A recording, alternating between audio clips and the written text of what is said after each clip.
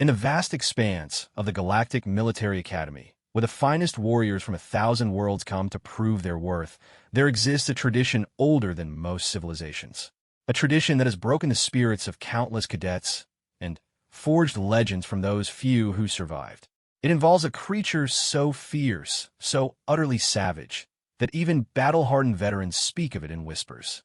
They call it the War Beast. For 3 centuries, this apex predator from the death world of Karnax Prime has served as the ultimate test of courage and combat prowess. No cadet has ever faced it without trembling. No warrior has ever looked into its burning crimson eyes without feeling the primal fear that once kept their ancestors alive in the dark between stars. Until today. Today, a human stepped into the arena, and everything the galaxy thought it knew about fear, respect, and the true nature of predators was about to change forever. The War Beast had challenged every cadet who dared enter its domain. It had roared its dominance at Krillian shock troopers, charged at Vorthak berserkers, and sent even the mighty Zinthari battle lords fleeing in terror. But when it saw the human, something unprecedented happened. For the first time in 300 years, the War Beast stopped. For the first time since its capture, it lowered its massive head. And for the first time in recorded galactic history, the most feared predator in known space bowed. This is the story of why. The Galactic Military Academy stood like a monument to organized violence against the star-drunk sky of Nexus Prime. Its towering spires of reinforced durasteel and quantum glass reached toward the heavens, each one a testament to the countless civilizations that had contributed to its construction over the past millennium. The Academy was more than just a training facility. It was a symbol of unity among the star-faring races, a place where the galaxy's finest came to forge themselves into weapons worthy of defending the known worlds. Marcus Chun had arrived 3 standard days ago, and he was still adjusting to the sheer scale of everything around him. The corridors were built to accommodate beings ranging from the diminutive Pixari, who barely reached his waist, to the towering Goliath-class Zenthari, whose head scraped the 15-foot ceilings. The architecture itself seemed to shift and flow, adapting to whoever was passing through it at any given moment, a feat of engineering that would have seemed like magic to his ancestors back on Earth. As he walked through the main concourse toward the orientation amphitheater, Marcus couldn't help but notice the stairs. They weren't necessarily hostile, but they were intense, curious, and occasionally tinged with something that might have been concern. Humans were still relatively new to the galactic community, having achieved faster-than-light travel only 50 years ago. Most of the other species had been exploring the stars for centuries, some for millennia. Another Death Worlder. He heard someone whisper in heavily accented galactic standard. The voice belonged to a Silithai, one of the crystal-based life forms from the peaceful garden worlds of the Inner Rim. Their translator implant gave their words a musical quality, but Marcus could detect the undertone of unease. He understood their concern. Earth was classified as a Class 12 death world, a planet so hostile to life that most galactic species considered it barely habitable. The fact that humans had not only survived there, but thrived was something that made many aliens uncomfortable. It suggested a level of adaptability and resilience that bordered on the unnatural. The orientation amphitheater was a marvel of acoustic engineering, a vast bowl-shaped chamber that could hold 10,000 beings while ensuring that every word spoken from the central podium reached even the furthest seats with perfect clarity. Marcus found a spot in the middle sections, between a group of reptilian Krillians and a cluster of insectoid hive minds who communicated through rapid clicking sounds. As the other cadets filed in, Marcus took the opportunity to observe his future classmates. The diversity was staggering. There were beings made of living metal, others that existed as pure energy contained within specially designed suits, and some that defied easy categorization altogether. Each species brought their own unique advantages to the table. The Krillians were renowned for their tactical brilliance and lightning-fast reflexes. The Zinthari possessed strength that could crush starship hull plating with their bare hands. The ethereal Vorthak could phase through solid matter and strike from unexpected angles. And then there were the humans. What did they bring to this gathering of galactic elite? The question was answered when Commander Thrax took the podium. The Zenthari officer stood nearly 9 feet tall, his battle-scarred hide bearing the marks of a dozen campaigns. When he spoke, his voice carried the weight of absolute authority. "Welcome to the Galactic Military Academy," he began, his words echoing through the chamber. "You are here because you represent the finest your species has to offer. You have passed the preliminary test, survived the initial screenings, and demonstrated the basic competencies required to even set foot in this institution.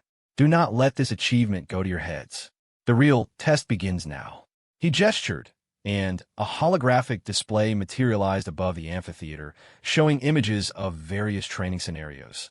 Cadets engaged in brutal hand-to-hand combat, navigating deadly obstacle courses, and commanding simulated Starfleet engagements. "The Academy's training program is designed to push you beyond your limits," Thrax continued. "You will face challenges that would break lesser beings. You will confront fears you never knew you possessed. And at the end of your training, those of you who survive will graduate as officers capable of defending our civilization against any threat." The hologram shifted, showing a massive arena surrounded by stadium seating. At its center stood a creature that made several cadets gasp in recognition and terror. "The War Beast," Thrax announced, his voice dropping to a reverent whisper. "For 300 years, this apex predator from Karnax Prime has served as our final examination. Every cadet who wishes to graduate must face it in single combat.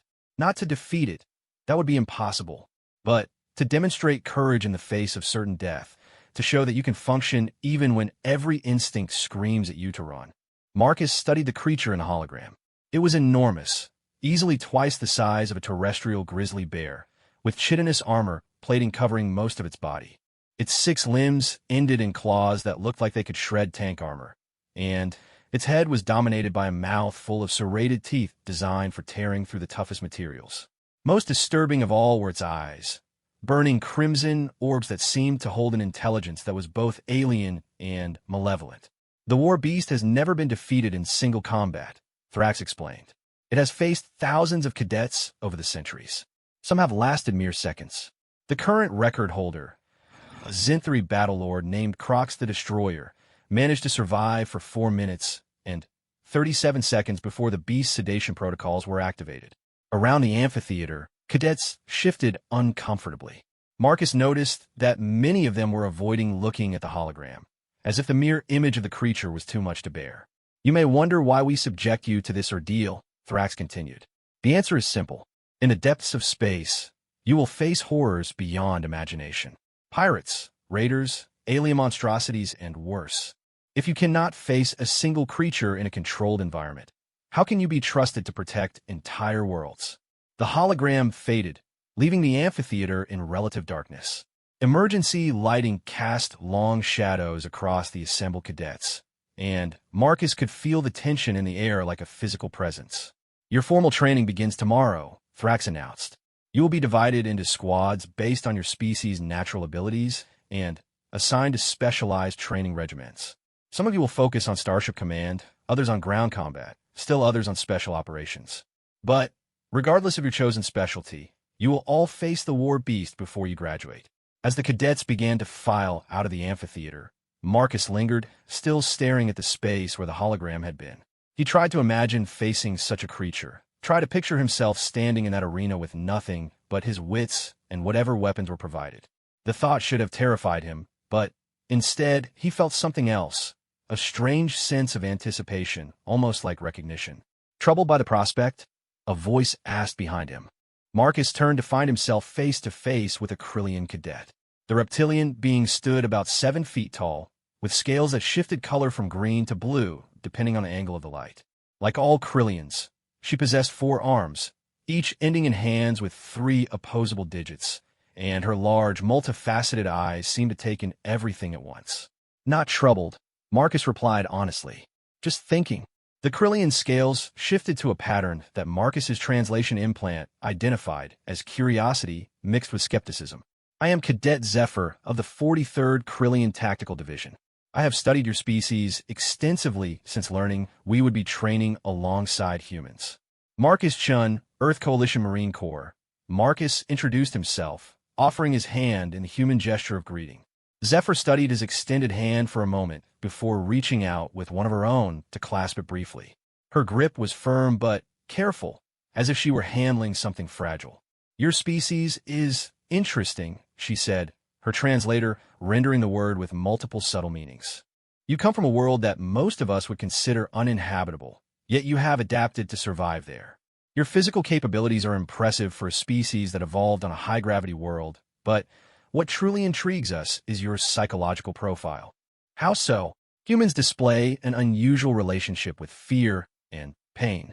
Most species evolve efficient fear responses that keep them alive by encouraging them to avoid dangerous situations.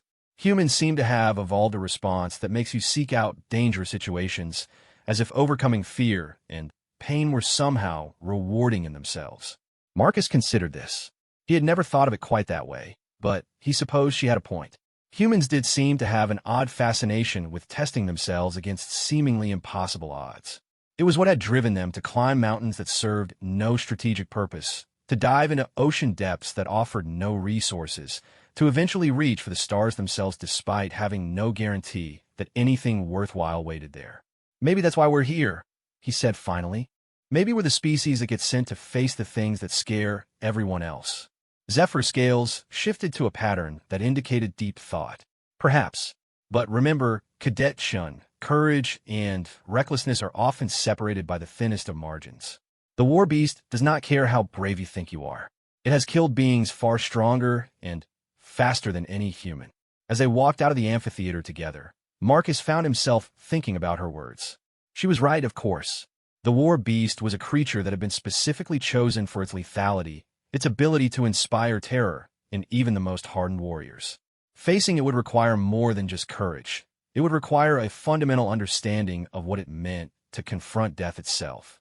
But as they emerged into the Academy's main corridor, surrounded by the chatter of 10,000 cadets from across the galaxy, Marcus felt that strange sense of anticipation growing stronger. Something about this whole situation felt familiar, though he couldn't quite put his finger on what it was. The next few days passed in a blur of orientation sessions, medical examinations, and psychological evaluations. Marcus was assigned to Squad 7, a mixed-species unit that included Zephyr, 2 Zenthri shock troopers, a Vorthak infiltrator, and a Silithai communications specialist. Their commanding officer was a grizzled Terrasian veteran named Sergeant Corvin, whose cybernetic implants and scarred carapace testified to decades of frontline experience. Training began immediately. The Academy's approach was comprehensive and brutal, designed to push each cadet to their absolute limits while teaching them to function as part of a larger military machine. Physical conditioning, weapons training, tactical simulations, and leadership exercises filled every waking hour. The pace was relentless, the standards impossibly high, and the consequences of failure were immediate and unforgiving. Marcus found himself adapting to the routine more quickly than he had expected. His human physiology, evolved under the punishing conditions of Earth's environment, served him well. While his Zenthri squad mates were stronger and his Krillian teammate was faster, Marcus discovered that humans possessed a unique combination of endurance, adaptability, and pain tolerance that allowed them to excel in certain areas where other species struggled. But it was during the psychological conditioning sessions that Marcus began to understand why humans were regarded with such uncertainty by the rest of the galactic community. The sessions were designed to expose cadets to increasingly stressful and frightening scenarios, to build up their tolerance for the kinds of horrors they might face in real combat. Virtual reality simulations placed them in the middle of burning starships, surrounded them with hostile alien environments, and confronted them with the kinds of predators that haunted the dark corners of the galaxy. Most cadets struggled with these sessions. Even the mighty Zenthri, for all their physical prowess, showed clear signs of distress when confronted with scenarios that triggered their species' deepest fears. But Marcus found himself responding differently. Where others saw terror, he saw problems to be solved. Where others felt panic, he experienced a strange, sort of calm focus. It wasn't that he didn't feel fear. He did. But his fear seemed to work differently than that of his alien colleagues. Instead of paralyzing him or driving him to flee, it sharpened his senses, focused his mind, and filled him with a cold, analytical clarity that allowed him to function even in the worst circumstances. After one particularly intense session involving a simulated encounter with a pack of void stalkers, creatures that existed in the vacuum of space and hunted by sensing fear, Sergeant Corvin pulled Marcus aside for a private conversation. Cadet Chen, the Terracien began, his mechanical voice module lending his words an ominous quality. Your performance in the psychological conditioning sessions has been unusual. Sir, have I done something wrong? Corvin's compound eyes studied Marcus for a long moment. Wrong? No. Concerning? Perhaps. Tell me, when you were facing those Voidstalkers in the simulation, what were you thinking? Marcus considered the question carefully. I was thinking about their hunting patterns, sir.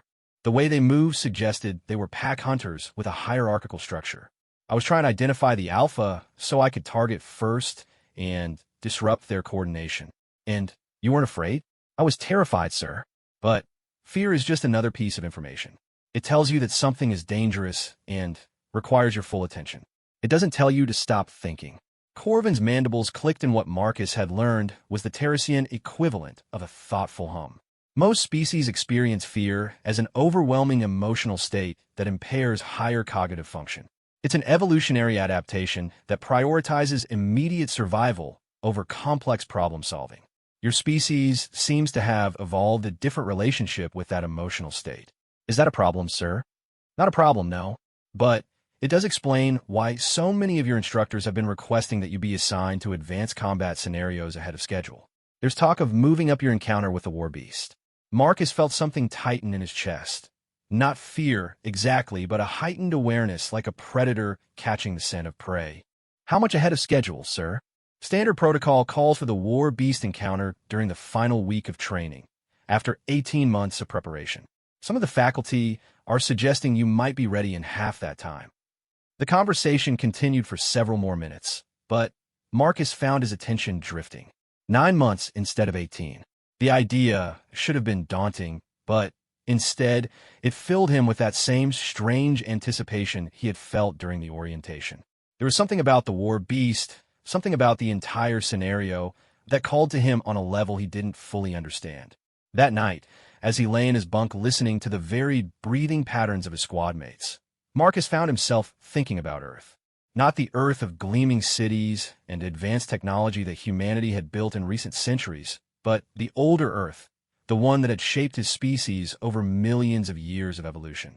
The Earth where humans had shared the landscape with creatures that could kill them without effort, where every day had been a struggle for survival against a hostile environment filled with predators, diseases, natural disasters, and countless other threats. His species had survived that crucible not by becoming stronger than their enemies, but by becoming better at understanding them. Humans had learned to read the subtle signs that indicated a predator's mood, to predict their behavior, to find the weaknesses that could be exploited. They had become the species that studied their nightmares until those nightmares became manageable. And now, 300 light years from home, Marcus was being asked to face a creature that had been specifically chosen to represent the ultimate nightmare, the one fear that supposedly transcended species boundaries. For the first time since arriving at the academy, Marcus smiled. He was beginning to understand why the war beast had never met a human before, and he was very much looking forward to their introduction. The advanced combat training facility occupied an entire section of the academy's lower levels, a maze of specialized chambers designed to simulate every conceivable battlefield scenario. Marcus had been reassigned here after only 4 months of standard training, making him the fastest cadet in academy history to advance to the specialized combat program. The news had spread throughout the academy like wildfire, generating a mixture of curiosity, skepticism, and, in some cases, outright hostility from cadets who had spent years preparing for the same opportunity. Marcus's new instructor was Commander Vex, a Nakari whose species had evolved from apex predators on a world where almost everything was poisonous, acidic, or both. Standing 8 feet tall on her powerful hind legs, with retractable claws and a mouth full of needle-sharp teeth designed for injecting venom, she was perhaps the most intimidating being Marcus had ever encountered. Her reputation was legendary throughout the academy. She had personally trained more than half of the active-duty officers currently serving in the Galactic Fleet, and her standards were notoriously unforgiving. So, Commander Vex said, circling Marcus like a predator sizing up prey, "You're the human who thinks he's ready to face the war beast ahead of schedule." "I don't think I'm ready, Commander," Marcus replied, standing at attention. "I think I might become ready with the proper training." Vex's head tilted, a gesture that exposed the rows of venom sacs along her neck. Interesting distinction. Most cadets who get accelerated to this program arrive full of arrogance and bravado. They believe their natural gifts make them superior to their peers. With respect, Commander, I don't believe I have any natural gifts that make me superior. I just process fear differently than most species. Explain. Marcus took a moment to organize his thoughts. Over the past few months, he had spent considerable time analyzing his own responses to the Academy's various training scenarios, trying to understand what made his reactions so different from those of his alien colleagues. Most species seem to experience fear as an overwhelming emotional state that triggers fight-or-flight responses, he began. For humans, fear is more like a diagnostic tool. It identifies threats and prioritizes attention, but it doesn't shut down higher cognitive functions. If anything, it enhances them. Vex stopped circling and fixed him with her predatory gaze. And you believe this gives you an advantage against the war beast?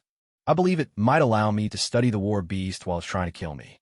And studying something is the first step toward understanding it. A sound emerged from Commander Vex's throat that Marcus's translator identified as laughter, though it sounded more like the hissing of steam vents. Understanding the war beast. I have heard many approaches to surviving an encounter with that creature, but understanding it is a new one. She gestured toward a door marked with warning symbols in a dozen different languages. Your advanced training begins now. Follow me, and try not to embarrass your species. The chamber beyond the door was unlike anything Marcus had seen before. The walls, floor, and ceiling were covered in a material that seemed to shift and flow like liquid metal, constantly reconfiguring itself into new shapes and textures.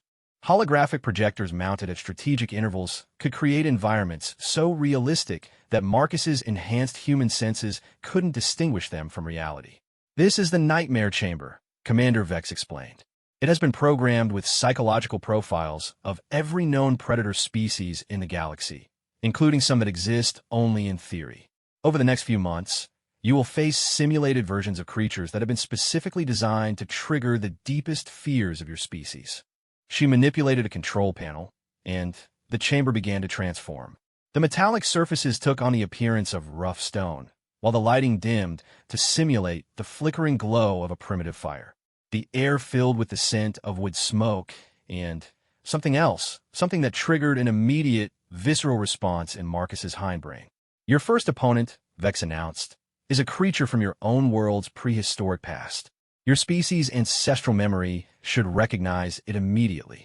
The hologram that materialized in the center of the chamber made Marcus's breath catch in his throat.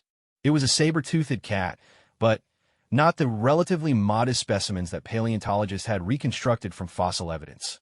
This was a monster from humanity's collective nightmares, nearly the size of a horse, with fangs like curved daggers and eyes that burned with an intelligence that was both alien and utterly malevolent. Marcus felt his heart rate spike as primal fear flooded his system. Every instinct that had kept his ancestors alive for millions of years was screaming at him to run, to climb the nearest tree, to do anything except stand there and face this avatar of prehistoric terror. But instead of running, Marcus forced himself to breathe deeply and observe. The creature was magnificent in its lethality, every aspect of its form optimized for killing large prey. Its oversized front limbs and massive shoulder muscles were designed for grappling and holding struggling victims while its sabers delivered the killing blow. Its eyes were positioned for binocular vision, marking it as an active hunter rather than a scavenger. The creature began to stalk toward him, its movements fluid and hypnotic. Marcus could see the individual muscles rippling beneath its fur, could hear the soft whisper of its padded feet against the stone floor. His fear remained sharp and immediate, but he found he could function through it, could think clearly despite the adrenaline flooding his system. Fascinating, Commander Vex's voice echoed through the chamber. Your stress indicators show significant fear response, but your cognitive function remains unimpaired. Most cadets at this stage are either frozen in terror or acting on pure instinct. The saber-tooth lunged, moving with impossible speed. Marcus threw himself to the side, rolling across the rough stone and coming up in a defensive crouch. The creature landed where he had been standing a moment before, its claws scraping furrows in the stone floor. For the next several minutes, Marcus found himself engaged in a deadly dance with the holographic predator. He couldn't win. The simulation wasn't designed for victory, but for endurance. The goal was to survive as long as possible while maintaining tactical awareness and decision-making capability. But as the encounter continued, something strange began to happen. The overwhelming fear that had initially flooded his system began to transform into something else. Not confidence, he was still acutely aware of how dangerous his opponent was, but a kind of cold, analytical focus that allowed him to study the creature's attack patterns, to predict its movements, to find the rhythm of its assault. By the time the simulation ended, Marcus had lasted nearly 20 minutes against the saber-tooth, far longer than any cadet in Academy history had survived against a fear-based predator simulation. But more importantly, he had spent most of that time learning about his opponent rather than simply trying to avoid being killed. "Remarkable," Commander Vex said as the chamber returned to its neutral configuration. "You were analyzing its hunting behavior, even while it was actively trying to kill you." "It reminded me of the big cats back on Earth," Marcus replied, still breathing hard from the encounter. "Similar body structure, similar hunting strategies. Once I recognized the patterns, I could start to predict its movements." "And the fear?" Marcus considered the question. "It never went away. But fear is just information. It tells you something is dangerous, but it doesn't tell you to stop learning." Over the following weeks, the scenarios grew progressively more challenging. Marcus faced creatures from dozens of different worlds, each one designed to trigger specific fear responses in sentient beings. Void stalkers that hunted in the vacuum of space. Hive minds that attacked through psychological manipulation. Energy beings that could phase through solid matter and attack directly from within their victim's nervous system. Each encounter pushed Marcus to his limits, but each one also taught him something new about the nature of fear and predation. He began to understand that terror was simply another tool that predators use to disorient and disable their prey, and that by maintaining cognitive function in the face of that terror, he could turn it into an advantage. It was during his 6th week in the Nightmare Chamber that Marcus faced his most challenging opponent yet. The simulation began in what appeared to be a standard starship corridor, sterile and familiar. But as he moved through the environment, subtle details began to suggest that something was wrong. The lighting was too dim, the air too cold, the silence too complete. When the creature finally revealed itself, Marcus felt his sanity strain in a way it never had before. It was something that existed only in the darkest corners of galactic nightmares, a being that fed on fear itself. It had no fixed form, instead shifting constantly between shapes designed to trigger the deepest terrors of whoever was observing it. For most beings, looking upon such a creature would have meant immediate psychological collapse. The entity's very presence was an assault on the observer's sense of reality, a violation of the fundamental laws that govern how the universe was supposed to work. But Marcus found that his human neurology, shaped by millions of years of evolution on a world where the impossible was merely improbable, allowed him to process the experience differently. Yes, the creature was terrifying beyond description, but it was still just another predator with its own set of behaviors and limitations. As he observed it, Marcus began to notice patterns in its shape shifting. It cycled through forms based on the observer's psychological profile, searching for the one that would trigger maximum fear response.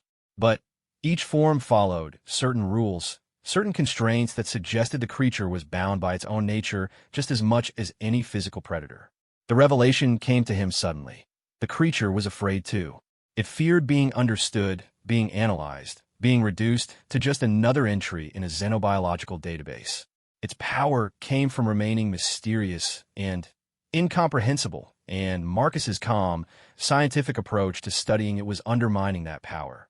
When the simulation ended, Marcus had not only survived for over an hour against a creature that typically drove cadets to psychological breakdown within minutes, but he had actually begun to understand its fundamental nature. He had turned the tables on a being that fed on fear by refusing to let fear shut down his capacity for learning. "Impossible," Commander Vex whispered as she reviewed the session data. "No cadet has ever maintained coherent thought patterns when facing a fear-eater simulation. Most lose consciousness within seconds." "It wasn't trying to kill me," Marcus explained. "It was trying to break my mind by making me afraid of things I couldn't understand. But fear doesn't have to mean ignorance. You can be afraid of something and still study it. Commander Vex's predatory features arrange themselves into an expression that might have been respect. You realize what this means, don't you? If you can maintain analytical function even against a fear eater, the war beast might not be the ultimate test we've always believed it to be. That evening, Marcus received a message that had been forwarded from the Academy's highest levels. The Council of Instructors had reviewed his training progress and made a unanimous decision. His encounter with the war beast was being moved up once again. He would face it in 3 weeks. Word of the acceleration spread through the Academy within hours, generating a level of excitement that hadn't been seen in decades. For the first time in centuries, there was a genuine possibility that a cadet might approach the war beast with something other than desperate terror. Betting pools sprang up among the faculty, with odds ranging from optimistic to astronomical. But as Marcus reviewed the available data on the war beast itself, he began to understand why his instructors remained cautious. The creature wasn't just another predator. It was the culmination of millions of years of evolution on a world where being the apex predator meant facing constant challenges from other apex predators. Karnax Prime was a world of endless violence, where even the plant life was aggressive and the weather patterns could kill through sudden atmospheric changes. The creatures that survived, there had to be more than just strong or fast or clever. They had to be perfect killing machines, utterly without mercy or hesitation. The war beast was the ultimate product of that environment. It stood 9 feet tall at the shoulder, weighed over 3 tons, and possessed reflexes that bordered on precognitive. Its armored hide could deflect energy weapons, its claws could cut through starship hull plating, and its sensory systems could detect the electromagnetic signatures of a nervous system from across a battlefield. But what made it truly dangerous wasn't its physical capabilities, it was its intelligence. The war beast was smart enough to use tools, to set traps, to engage in complex tactical thinking. It understood the psychology of its opponents and knew how to use their fears against them. In 300 years of encounters, it had never once shown anything resembling mercy or uncertainty. According to the records, the creature had developed a ritual for dealing with new opponents. It would study them for several minutes, learning their movement patterns and identifying their weaknesses. Then, it would begin its assault with a series of probing attacks designed to trigger maximum fear response. Finally, once its opponent was completely demoralized, it would move in for the kill. The only thing that saved the cadets was the Academy's safety protocol, automated systems that would flood the arena with sedative gas if the war beast's aggression levels exceeded safe parameters. But those systems were programmed to activate only when the cadet was in immediate mortal danger, which meant enduring several minutes of being hunted by the most perfect predator in known space. As Marcus studied the data, he felt that familiar sense of anticipation building within him. The war beast was dangerous, yes, but it was still just another predator. It had evolved according to the same basic principles that governed all life in the universe. It could be understood, analyzed, and perhaps even predicted.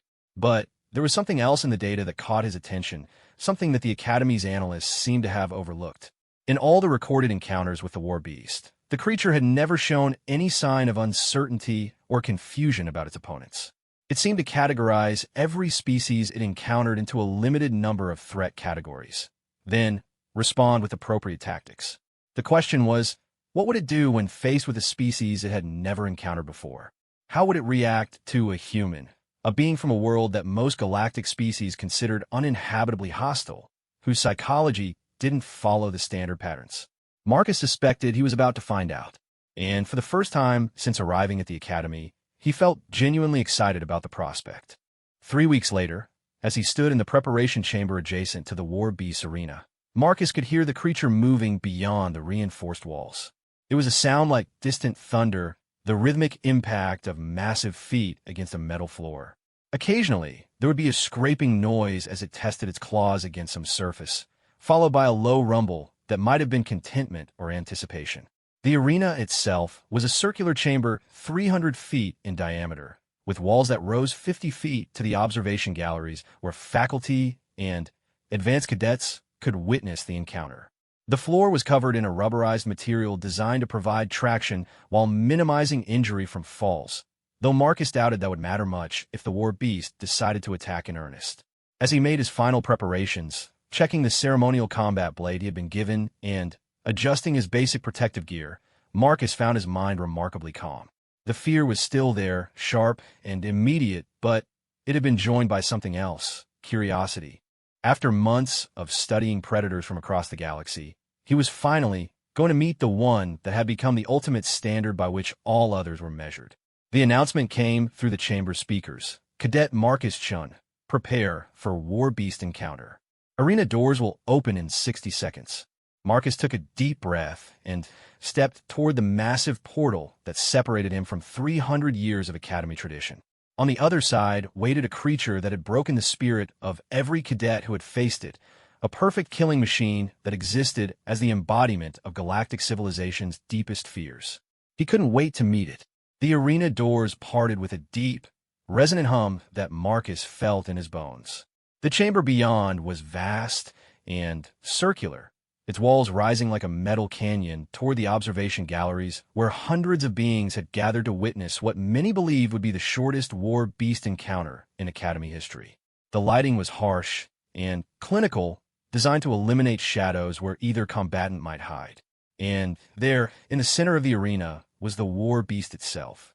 Marcus had studied every available recording, read every after-action report, and memorized every detail of the creature's physical specifications. But nothing had prepared him for the reality of standing in its presence. The war beast was massive, yes, but it was the quality of that mass that struck him most forcefully. This wasn't the bulky musculature of a creature that had grown large through abundant resources. This was the lean, efficient power of something that had been forged by constant warfare into the perfect expression of controlled violence. Its armored hide wasn't merely protective, it was a weapon system. The chitinous plates overlapped in patterns that could deflect attacks, while creating channels for counterstrikes. Its 6 limbs moved with a precision that spoke of absolute body control, each massive paw finding purchase on the arena floor with deliberate care. Most unsettling of all were its eyes, those burning crimson orbs that seemed to catalog every detail of Marcus's appearance, movement, and probable capabilities. The creature was studying him.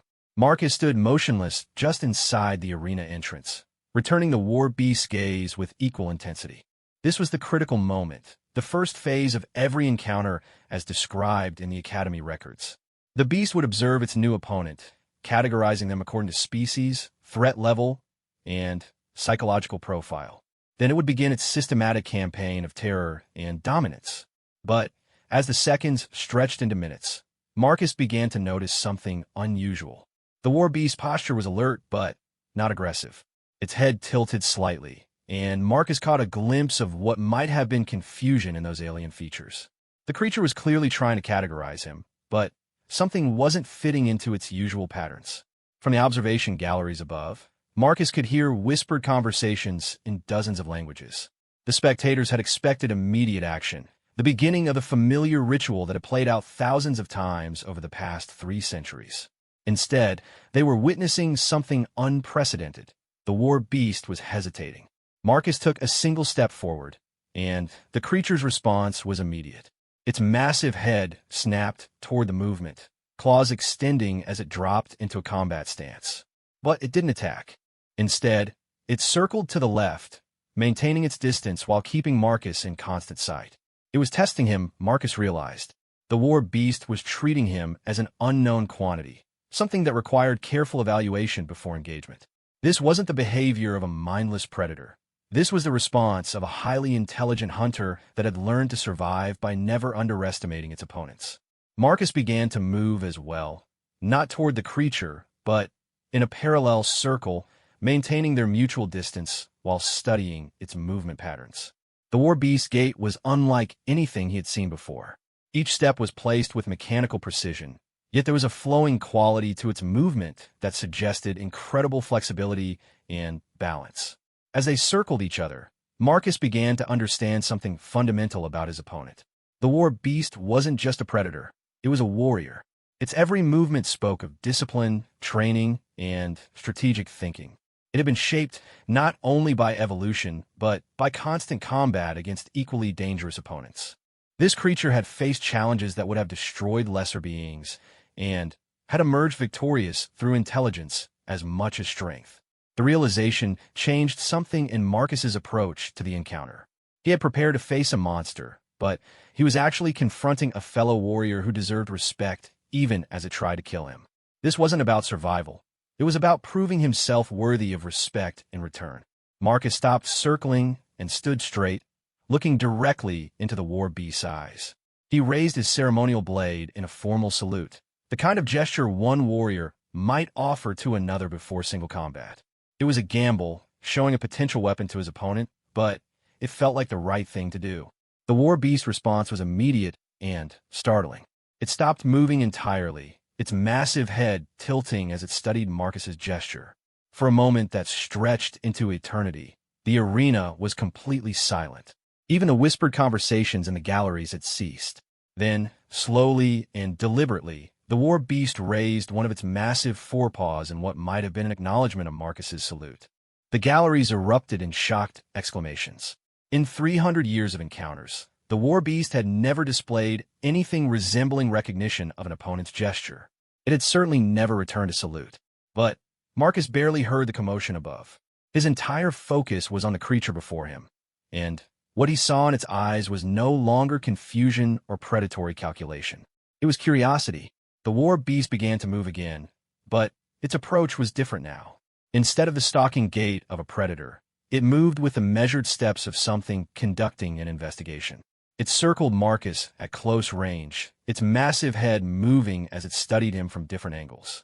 Marcus could hear its breathing, a sound like steam venting from a massive engine, and could smell the alien scent of its metabolism. Marcus remained still, allowing the creature to complete its examination. He was acutely aware of how easily those claws could end his life, but he sensed that the dynamic of their encounter had shifted. This was no longer a predator evaluating prey. This was a meeting between two beings trying to understand each other. After what felt like hours, but was probably only minutes, the war beast withdrew to the center of the arena. It sat back on its haunches in a posture that Marcus recognized as contemplative. Its head tilted again, and Marcus had the distinct impression that it was waiting for something. Understanding flooded through him. The war beast wasn't just studying his physical capabilities. It was evaluating his character, his approach to conflict, his worthiness as an opponent. And it had found him interesting. Marcus made a decision that would have horrified his instructors. Instead of maintaining defensive positioning, he sheathed his ceremonial blade and walked directly toward the war beast. He moved slowly and deliberately, making no attempt to conceal his approach. When he was within 20 feet of the creature, easily within its striking range, he stopped and sat down cross-legged on the arena floor. The galleries above fell completely silent. What Marcus was doing was so far outside the accepted parameters of a war beast encounter that many of the observers seemed unsure they were still witnessing the same kind of event. The war beast studied Marcus's seated form for several long moments. Then, in a movement that defied everything the Academy thought it knew about the creature, it lowered itself to the ground as well. Not in a predatory crouch, but in a resting position that mirrored Marcus's own posture. They sat facing each other in the center of the arena, human and alien predator separated by only a few feet and millions of years of evolution. Marcus could see his reflection in the creature's crimson eyes, could observe the subtle movements of its respiratory system, could study the intricate patterns of scars that marked its armored hide. And he began to understand what he was looking at. The war beast was old, not just mature, but ancient by the standards of its species. Those scars weren't random marks of violence. They were the accumulated history of countless battles, each one a story of survival against impossible odds. This creature had lived through experiences that would have broken lesser beings, had faced challenges that had tested not only its strength but its intelligence and will to survive. More than that, it was alone. Marcus realized that the war beast wasn't just the Academy's test of courage. It was a prisoner, isolated from its own kind, reduced to performing the same ritual over and over again for the entertainment and education of alien species. It was a warrior without peers, a supreme predator without equals, trapped in a cycle of meaningless encounters with beings it could never view as true challenges. Until now, Marcus saw recognition in those alien features, a spark of something that might have been hope. For the first time in decades, perhaps centuries, the war beast had encountered something genuinely unexpected. Not another terrified cadet to be quickly dominated and dismissed, but a being whose responses didn't fit any of its established categories. Slowly, carefully, Marcus extended his hand toward the creature, not in threat or challenge, but in a universal gesture of peaceful contact. The war beast regarded his outstretched hand for a long moment, its great head moving as it studied the gesture from multiple angles. Then, with infinite care, it extended one massive paw toward Marcus's hand. The moment their skin made contact, Marcus felt a jolt of recognition that seemed to transcend species boundaries. The war beast's hide was warm and surprisingly smooth, more like living armor than animal fur or skin. But beneath that surface, Marcus could sense something deeper, a profound intelligence that had been shaped by experiences as harsh and unforgiving as those that had forged humanity's own evolution. They remained in contact for what seemed like an eternity, but was probably only seconds. Then, the war beast withdrew its paw and rose to its feet. Marcus did the same, and they stood facing each other once again. But something fundamental had changed. The predatory tension that had filled the arena when Marcus first entered was gone, replaced by something that he could only describe as mutual respect. The war beast was no longer evaluating him as potential prey or even as an opponent. It was regarding him as something unprecedented in its long experience, an equal. What happened next would be debated in the Academy's halls for years to come. The war beast, the creature that had terrorized cadets for 3 centuries, the perfect predator that had never shown mercy or hesitation, did something that defied every assumption about its nature. It bowed, not the lowering of the head that might indicate submission or defeat, but the formal bow of one warrior acknowledging another. The creature that had been the Academy's ultimate test of courage was offering respect to a being it had encountered for less than an hour. The galleries above erupted in chaos. Instructors shouted orders to each other, trying to understand what they were witnessing. Cadets pressed against the observation windows, desperate to get a better view of the impossible scene playing out below. Emergency protocols activated and deactivated as automated systems tried to categorize an encounter type that had never occurred before. But Marcus heard none of it. His entire universe had narrowed to the creature before him and the understanding that was passing between them. He returned the war beast's bow with one of his own, a gesture of respect between warriors who had found recognition in each other.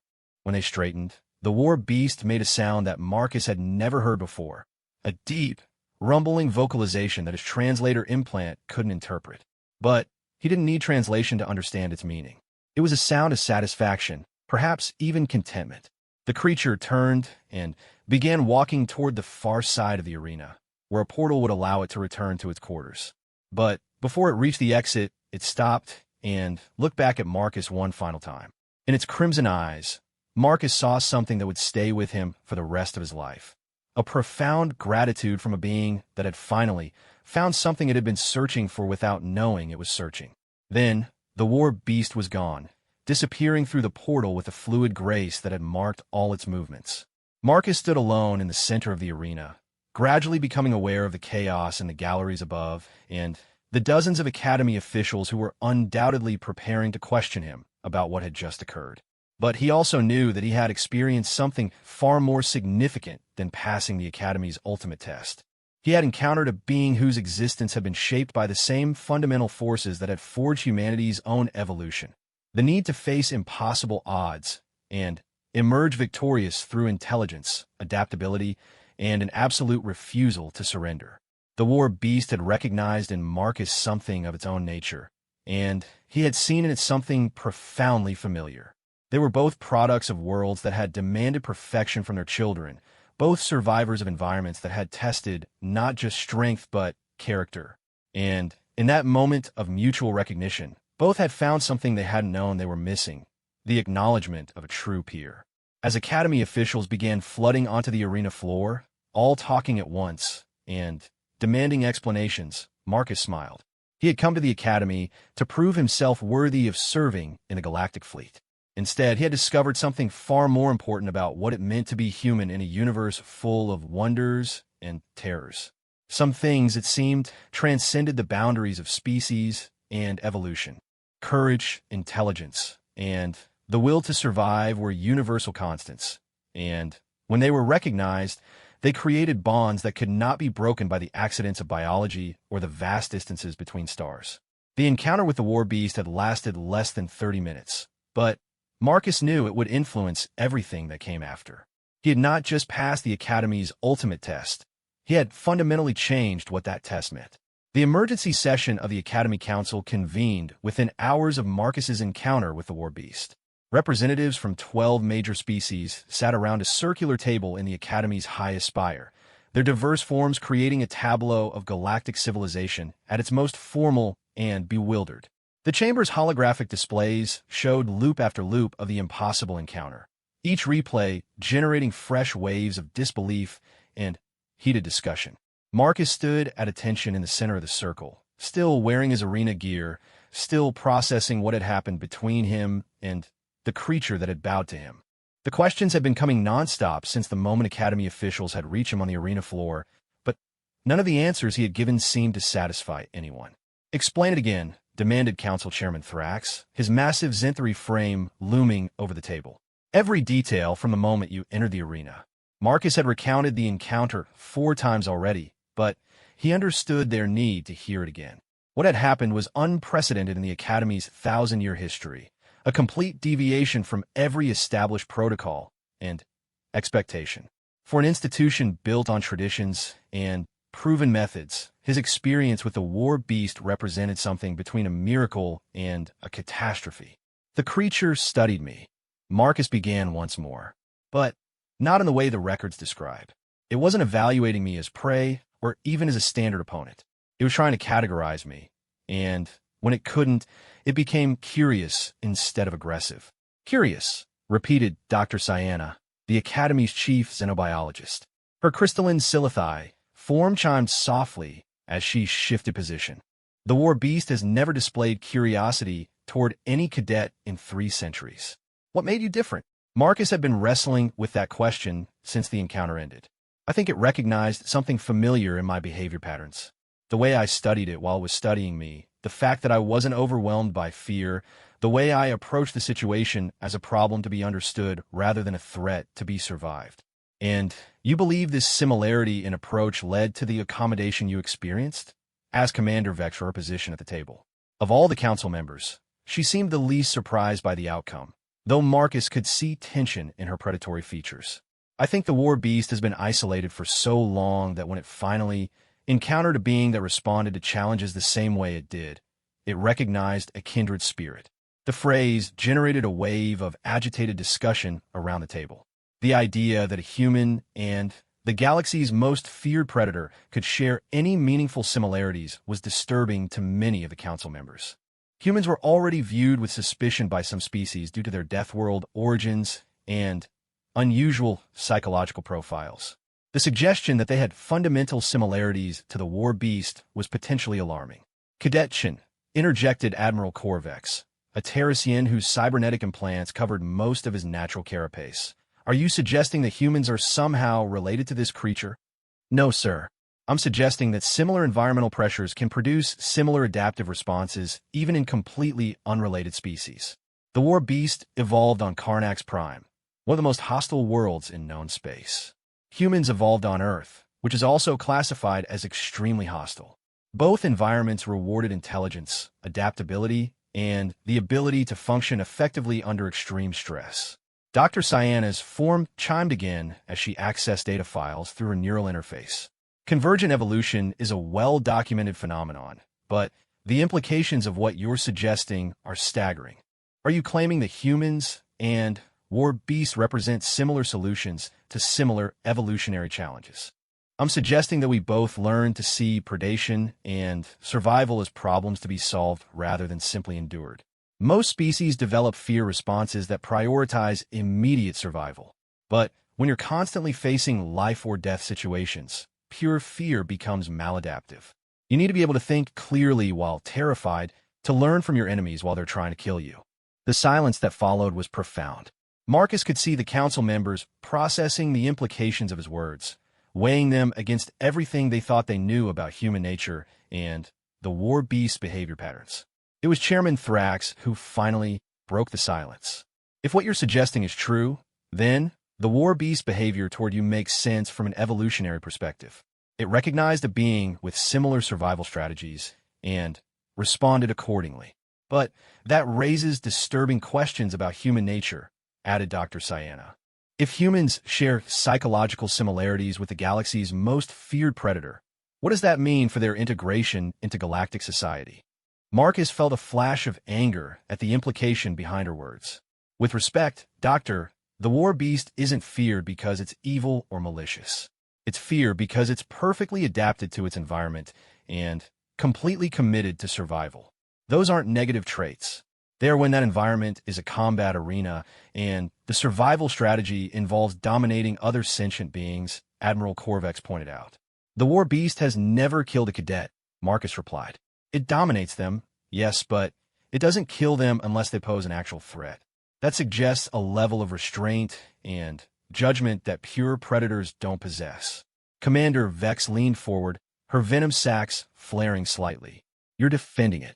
I'm trying to understand it. There's a difference. The debate continued for hours, ranging across topics from evolutionary biology to military psychology to the fundamental nature of courage and survival. Marcus found himself defending not just his encounter with the war beast, but humanity's place in the galactic community and the Academy's testing protocols themselves. It was during a brief recess that Marcus was approached by Dr. Elena Vasquez, the Academy's human liaison, and one of the few people in the chamber who shared his species. She was a small, intense woman whose presence in galactic military circles represented decades of careful diplomacy and proven competence. "Walk with me," she said, guiding Marcus to a balcony that overlooked the Academy's sprawling complex. The view was spectacular, showing training facilities and dormitories stretching to the horizon under the light of Nexus Prime's twin suns. "You've created quite a stir," Dr. Vasquez said once they were alone. "Half the council wants to study you as a unique phenomenon, and the other half wants to classify humans as a potential security risk." Marcus felt his heart sink. "I was trying to prove that humans could contribute to galactic civilization, not suggest that we were dangerous." "You may have done both," she replied. "The question now is what we do with the information you've provided. Your encounter with the war beast has fundamentally changed how the Academy views both humans and the creature itself." "How so?" Dr. Vasquez activated a privacy screen around the balcony before answering. "The war beast hasn't been just a test for 3 centuries, Marcus. It's been a symbol. The creature that no one could truly face, the ultimate standard of courage and survival. Your encounter has suggested that it's not a monster to be feared, but a being to be understood." Marcus thought about this, and that threatens the established order. Exactly. If the war beast can be understood and even respected, what does that say about all the other creatures and challenges that the galaxy considers insurmountable? Your approach suggests that fear and understanding aren't mutually exclusive, that intelligence can triumph over terror through analysis and empathy rather than just force. She paused, studying the horizon. "There's something else. We've been monitoring the war beast since your encounter, and its behavior has changed. It's more active, more alert. It's been making vocalizations that our linguists are trying to decode. We think it's trying to communicate." The implications hit Marcus immediately. "It wants to talk to someone. We think it wants to talk to you." The weight of that statement settled over Marcus like a physical force. He had gone into the arena expecting to face a test of courage, and had instead participated in what might have been first contact between 2 species that shared fundamental similarities despite their completely different origins. "What does the council want me to do?" Dr. Vasquez's expression was carefully neutral. "That's still being debated. Some members want to restrict your access to the war beast and classify the entire encounter. Others want to explore the possibilities of actual communication. And the war beast itself? Does anyone care what it wants? That's the question, isn't it? For 300 years, we've treated it as a tool, a test to be administered rather than a being with its own needs and desires. Your encounter has forced us to confront the possibility that we've been keeping a sentient being in captivity without considering its perspective." Marcus leaned against the balcony railing, looking out over the Academy complex where thousands of cadets from hundreds of species trained together in preparation for military service. The irony wasn't lost on him that an institution dedicated to bringing diverse species together in common cause had overlooked the intelligence of the creature at its very center. "I want to talk to it again," he said finally. "I thought you might say that. But you should understand that any further interaction will be closely monitored and analyzed. You're not just a cadet anymore, Marcus. You're the human who changed the war beast behavior. And that makes you either an invaluable resource or a potential security risk." When they returned to the council chamber, Marcus could sense that decisions had been made in their absence. The various species representatives wore expressions that ranged from excitement to concern, and Chairman Thrax's bearing suggested that consensus had been reached despite significant disagreement. "Cadet Chun," the chairman began, "the council has reached a decision regarding your unprecedented encounter with the war beast. After extensive debate, we have determined that the implications of your experience are too significant to ignore." Marcus waited, trying to read the room and predict which direction the council's decision had taken. "You will be granted permission for additional supervised encounters with the war beast, with the goal of establishing meaningful communication if possible. However, these sessions will be conducted under strict protocols and with extensive monitoring. The Academy's Xenolinguistics department will work with you to develop communication strategies, and our behavioral specialists will analyze every interaction." Relief flooded through Marcus, though he could see that not all council members were pleased with the decision. "Thank you, Chairman. I won't disappoint the Academy." "See that you don't," Admiral Corvex interjected. "You're representing not just yourself, but your entire species in this endeavor. The galaxy will be watching to see whether humans can be trusted with such responsibilities." As the formal session concluded and the council members began to disperse, Marcus found himself thinking about the war beast alone in its quarters, waiting for something it might not even be able to articulate. The creature had spent 3 centuries in isolation, reduced to performing the same ritual over and over again for the education of beings it had never been able to truly connect with. Now, for the first time, it had found someone who might understand its nature and appreciate its intelligence. The question was whether Marcus would be able to bridge the gap between their species and establish the kind of meaningful communication that could benefit both humanity and the creature that had bowed to him in recognition of a shared approach to survival. The next morning brought news that would change everything once again. During the night, the war beast had done something unprecedented in its 3 centuries of captivity. Using its claws with surgical precision, it had carved symbols into the metal floor of its quarters. The symbols didn't match any known galactic language, but their arrangement suggested intentional communication rather than random scratching. The war beast was trying to write. The symbols carved into the war beast's floor created a sensation that rippled through the Academy and beyond. Within hours, xenolinguistics experts from across the galaxy were analyzing the markings through holographic projections, each bringing their own species' understanding of communication and meaning to bear on the unprecedented discovery. Marcus stood in the observation chamber above the war beast's quarters, studying the creature as it moved among its carvings. The symbols covered nearly the entire floor of the massive enclosure, arranged in patterns that suggested both deliberate organization and emotional intensity.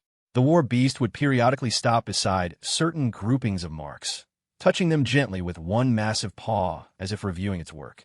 "The complexity is staggering," Dr. Elon, the Academy's chief linguist, said through her translator. The elderly Kortha's multiple sensory appendages writhed as she processed the data streams from her analysis equipment. "These aren't simple pictographs or basic emotional expressions. There's grammatical structure here, semantic layering, even what appears to be metaphorical usage. How long would it take to develop such a sophisticated communication system?" asked Dr. Vasquez, who had remained at Marcus's side throughout the investigation. "For most species, centuries of cultural development," Dr. Elon replied. "But this creature appears to have created an entire written language in a single night, working alone and without reference materials.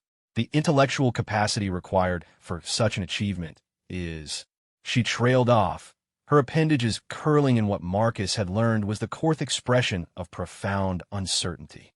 "It challenges our understanding of intelligence itself," she finally continued. "We've been treating the war beast as a highly evolved predator with above-average problem-solving abilities. These markings suggest we may have been dealing with a being whose intellectual capacity rivals or exceeds that of any known species. Marcus watched the war beast approach a cluster of symbols near the center of its enclosure. The creature's movements were deliberate and careful, showing none of the predatory grace that had marked its behavior in the arena. Instead, it moved like a scholar reviewing important texts, pausing to study certain passages with obvious concentration. "Has anyone tried to determine what the symbols mean?" Marcus asked. Dr. Elan's appendages shifted to a pattern indicating cautious optimism. "We've identified several recurring patterns that appear to represent concepts rather than specific objects. There are symbol clusters that seem to refer to time, others that might indicate relationships or connections between ideas. But without a reference point, we're essentially trying to decode an alien mathematics." "Maybe I should ask," Marcus suggested. The observation chamber fell silent. The idea of directly questioning the war beast about its carvings was so far beyond established protocols that no one seemed sure how to respond. "The risk assessment alone would take weeks," Dr. Vasquez said finally. "We have no idea how the creature might react to questions about something it clearly considers important.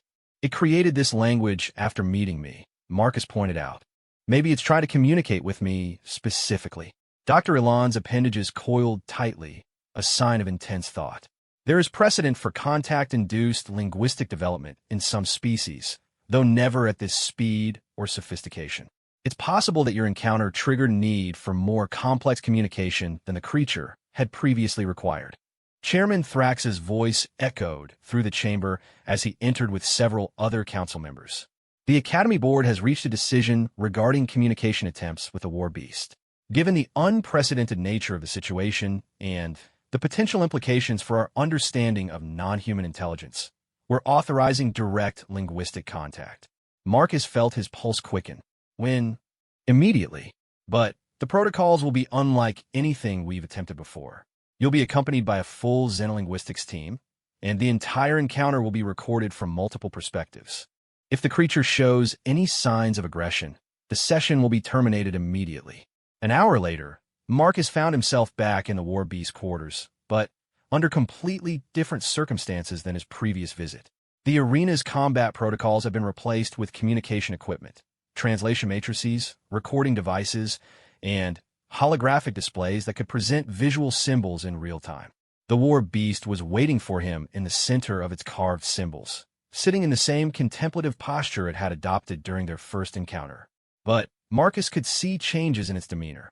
The creature's eyes held a focused intensity that hadn't been present before, and its body language suggested anticipation rather than the watchful caution of their initial meeting.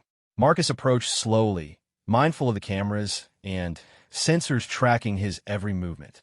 When he reached the edge of the symbol field, he stopped and looked down at the intricate markings that covered the floor. Up close, the complexity was even more striking.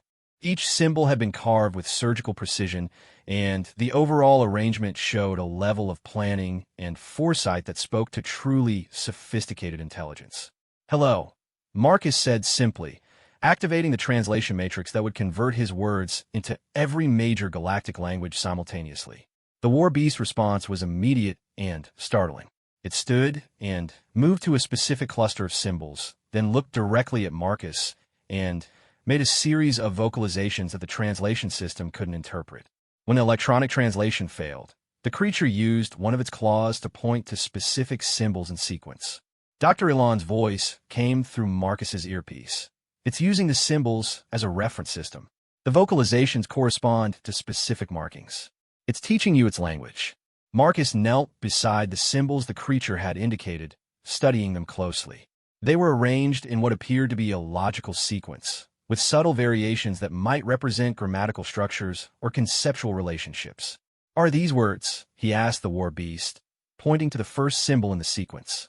The creature made another vocalization and touched the symbol with its claw. Then it moved to a different part of the floor and performed the same action with a completely different marking. The message was clear. The symbols had distinct meanings. For the next 2 hours, Marcus engaged in the most extraordinary language lesson in galactic history. The war beast proved to be a remarkably patient teacher, repeating vocalizations and demonstrating relationships between symbols until Marcus began to grasp the basics of its communication system. The breakthrough came when Marcus managed to correctly identify a symbol that seemed to represent the concept of understanding. The war beast's response was unmistakable. Its entire posture changed, becoming more animated and engaged. It began moving rapidly between different symbol clusters, touching them in sequence, and making complex vocalizations that seemed to be forming complete thoughts. "Dr. Elon," Marcus said through his comm unit, "are you getting this? We're recording everything, but the linguistic complexity is beyond our current analysis capabilities. You're witnessing the real-time development of interspecies communication at a level we've never achieved before." The war beast approached Marcus directly and made a series of sounds while pointing to a symbol cluster near the center of its carved message. The symbols were more elaborate than the others, arranged in patterns that suggested particular importance. Marcus studied the markings, trying to apply the linguistic principles the creature had been teaching him. The symbols seemed to combine concepts he had already learned: understanding, recognition, and something that might have been loneliness or isolation. "Are you trying to tell me that you've been alone?" Marcus asked. The war beast's response was a low, rumbling vocalization that somehow conveyed more emotion than any translation system could have managed. It moved to another symbol cluster and repeated the sound, then looked directly at Marcus with an expression that transcended species boundaries. In that moment, Marcus understood something that would change not just his relationship with the war beast, but the Academy's entire approach to the creature. This wasn't just an intelligent predator that had learned to communicate. This was a being that had been capable of complex thought and emotion all along, trapped in an environment that had never allowed it to express its true nature. "How long have you been able to think like this?" Marcus asked, though he wasn't sure his rudimentary grasp of the creature's language would allow for such a complex question. The war beast moved to the far edge of its symbol field and touched a series of markings that seemed to represent vast spans of time. Its vocalizations carried a weight of sadness that needed no translation. "Always," Dr. Elon whispered through the comm system. "It's been trying to tell us that it's always been capable of this level of thought." The implications hit Marcus like a physical blow. For 3 centuries, the Academy had been using a sentient being as a test of courage, never recognizing that their ultimate predator was actually a prisoner with its own thoughts, emotions, and desperate need for meaningful contact. Marcus sat down among the symbols, no longer thinking about protocols or safety measures. "I'm sorry," he said, putting as much sincerity into the words as possible. "We didn't know. We didn't understand." The war beast approached and settled beside him, its massive form dwarfing Marcus, but radiating a sense of gentle care. It touched a symbol that Marcus had learned meant acceptance or forgiveness, then made a soft vocalization that somehow conveyed gratitude. They sat together in companionable silence for several minutes, human and alien, sharing a moment of mutual recognition that transcended the boundaries of species and evolution. Marcus found himself thinking about the loneliness the creature must have endured, centuries of isolation broken only by brief, terrifying encounters with beings who saw it only as a monster to be feared. "What do you want?" Marcus asked finally. "If you could have anything, what would it be?" The war beast's response was immediate and heartbreaking. It moved to a symbol cluster that combined concepts of connection, understanding, and something that might have been friendship. Then it looked at Marcus with an expression of hope that was universal in its meaning. It wanted what every sentient being wanted: to be known, understood, and valued for more than its physical capabilities. The session continued for another hour as Marcus and the war beast worked together to expand their shared vocabulary. With each new concept they successfully communicated, the creature became more animated, more willing to share complex thoughts and emotions. By the time the formal session ended, they had established the foundation for genuine interspecies communication. As Marcus prepared to leave, the war beast approached him one final time. It touched a symbol that represented memory or permanence, then gestured toward Marcus. The message was clear: this encounter would not be forgotten. Marcus reached out and gently touched one of the creature's massive paws, a gesture that had become their standard farewell. "Neither will I," he promised. The aftermath of the communication session sent shockwaves through not just the Academy, but the entire galactic community. The revelation that the war beast was a fully sentient being with complex emotional and intellectual capabilities forced a fundamental reconsideration of how the galaxy approached intelligence, communication, and the rights of non-standard life forms. Within days, linguists from dozens of species had requested permission to study the war beast's symbol system. Philosophers debated the ethical implications of the Academy's unwitting imprisonment of a sentient being. Military strategists reconsidered their understanding of intelligence and communication in combat situations. But for Marcus, the most important outcome was much simpler. He had been granted permission for regular communication sessions with the war beast, whose true name, once they developed sufficient vocabulary, turned out to be something that roughly translated as seeker of worthy challenges.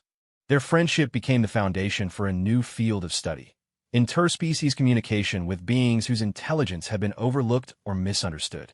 The war beast proved to be not just intelligent, but wise, sharing insights about survival, combat, and the nature of courage that revolutionized military training throughout the galaxy. More importantly,